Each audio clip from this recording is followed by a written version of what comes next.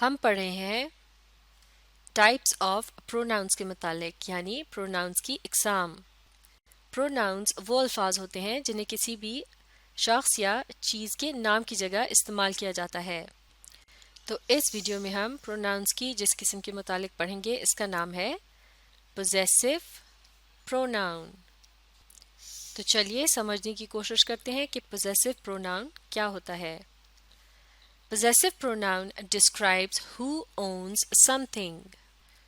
Own کا مطلب ہوتا ہے ملکیت۔ مثال کے طور پر اگر کسی شخص کے پاس ایک گاڑی ہے تو وہ اس کا اونر ہے، یعنی مالک ہے۔ اس کا مطلب یہ ہوا کہ وہ اس گاڑی کو اون کرتا ہے۔ تو جب آپ کسی چیز کو پوزیس کرتے ہیں، معاف کیجیے گا اون کرتے ہیں، تو اس کے لیے انگلش میں لفظ پوزیس بھی استعمال کیا جاتا ہے۔ پوزیس کرنا یعنی اون کرنا، اس کا مطلب کیا ہے کہ آپ اس چیز کے اونر ہیں یا مالک ہیں۔ تو اس طرح سے پوزیسو پروناؤن وہ الفاظ ہوتے ہیں جو اشارہ کرتے ہیں ملکیت کی طرف، یعنی ان کی مدد سے پتہ چلتا ہے کون سی چیز کس کی ہے۔ اب ایک ایگزامپل کی مدد سے سمجھنے کی کوشش کرتے ہیں کہ کس طرح سے پوزیسو پروناؤن جو ہیں وہ ہماری مدد کرتے ہیں۔ پہلے اس جملے کو مل کر پڑھیں گے۔ That book is my book, not your book. یعنی وہ کتاب میری کتاب ہے، آپ کی کتاب نہیں ہے۔ تو آپ دیکھ سکتے ہیں کہ اس جملے میں لفظ بک یعنی کتاب کو 3 مرتبہ دہرایا گیا ہے۔ اور ویسے تو یہ جملہ درست ہے، لیکن عام طور سے اس طرح سے بات نہیں کی جاتی، بلکہ ہم اس طرح سے کہیں گے That book is mine, not yours. یعنی وہ کتاب میری ہے نہ کہ تمہاری۔ تو اس جملے میں آپ دیکھ سکتے ہیں کہ لفظ بک کو صرف 1 مرتبہ استعمال کیا گیا ہے، جبکہ اس جملے کا بھی وہی مطلب ہے جو کہ پہلے جملے کا تھا، اور لفظ بک کو 3 مرتبہ دہرانے کے بجائے یہاں الفاظ استعمال کیے گئے ہیں مائن یعنی میری اور یورز یعنی تمہاری۔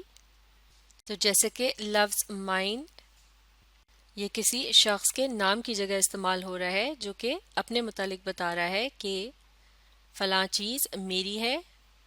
اسی طرح سے لفظ یورز کسی دوسرے شخص کے متعلق بتانے کے لیے استعمال ہو رہا ہے، یعنی اس کی، اور یہ استعمال کیا جا رہا ہے اس کے نام کی جگہ۔ اس طرح سے یہ ایک پروناؤن ہے، اور چونکہ یہ الفاظ ملکیت کی طرف یعنی اونرشپ یا پوزیشن کی طرف اشارہ کر رہے ہیں، تو لہٰذا یہ کیا کہلائے جائیں گے؟ یہ ہیں پوزیسو پروناؤنس، یعنی وہ الفاظ جو کہ کسی شخص یا چیز کے نام کی جگہ استعمال کیے جاتے ہیں اور ان کی مدد سے پتہ چلتا ہے کہ کون سی چیز کس کی ہے۔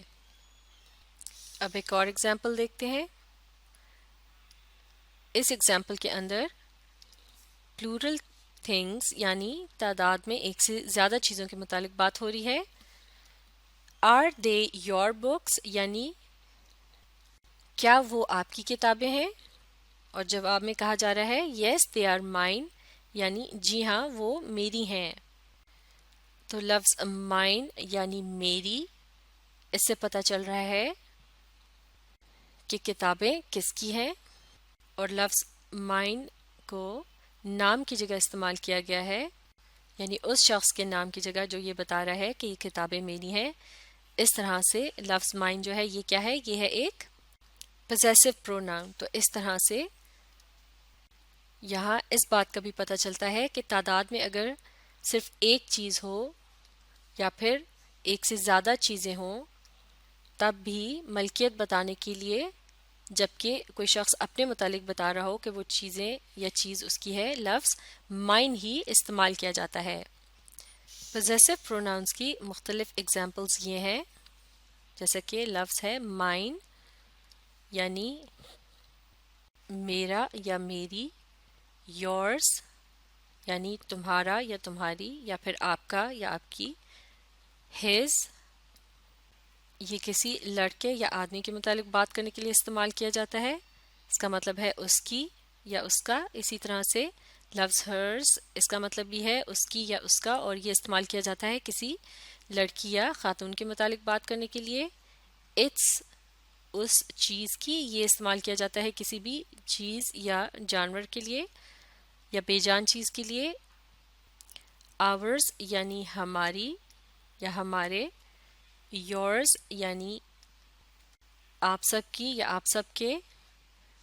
دیئرز ان سب کی یا ان سب کے. تو اگر ہم نے کسی بھی چیز کے متعلق بتانا ہو کہ وہ کس کی ہے تو ہم اس چیز کے مالک کے متعلق بتانے کے لیے اس کے نام کی جگہ ان الفاظ کی مدد سے بتا سکتے ہیں. اس طرح سے یہ کہلائے جاتے ہیں پوزیسو پروناؤن. انہیں اچھی طرح سے سیکھنے کے لیے آپ اس ویڈیو کو ری پلے کیجیے اور اس کے ساتھ ساتھ پڑھنے اور سمجھنے کی کوشش جاری رکھیے.